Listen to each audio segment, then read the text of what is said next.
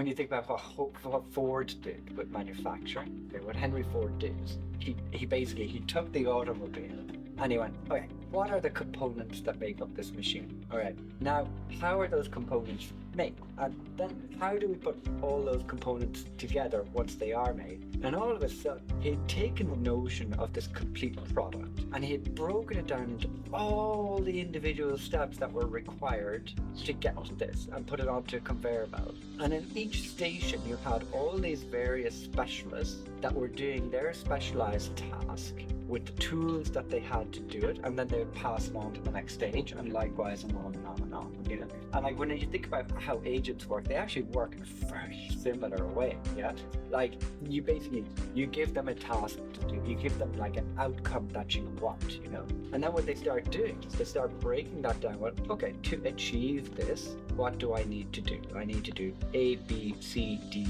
E, F, G. In order to achieve B, what tools do I need to be able to do it? Essentially, like each agent becomes very skilled at its own particular task, and then you put them together either via an orchestrator or a human approval in the loop or whatever.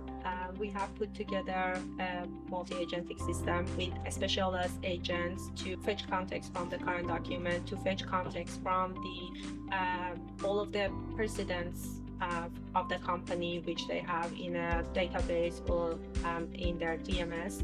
It also has the ability to fetch context from the internet, and also our multi-agentic system, the agents have the ability to talk to each other and to communicate with each other and share their findings with each other, and there is an orchestrator which makes the decision whether we have got to the final solution, final result that the whether the task is done or not.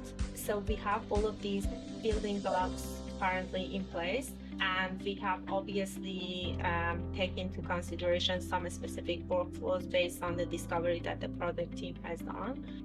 But now that we have these building blocks, just like imagine it as a Lego. We have all of these building blocks, and now sky is the limit. So we have the grounds for putting more blocks into our system based on whatever new workflows that might come up.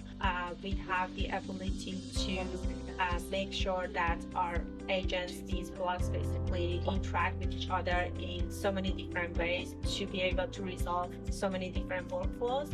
But even when you think about what Ford did with the car, there was still some element of like quality assurance, or you know, like somebody was still checking it to make sure that the bloody thing drove and that it worked and that it wasn't going to fall apart. You know, and again, it goes back to this kind of fortification of digital work. It's kind of like in so many ways, maybe our computers are, you know, the digital factories of the 21st century, you know, where we used to live and work in brick and mortar factories. And like maybe we could look at it like kind of in a sense that, like, you know, we all kind of live in a digital production in some ways, you know, and we live in these kind of digital factories, and now we're starting to get more and more tools that can help us to complete tasks the same way Ford did.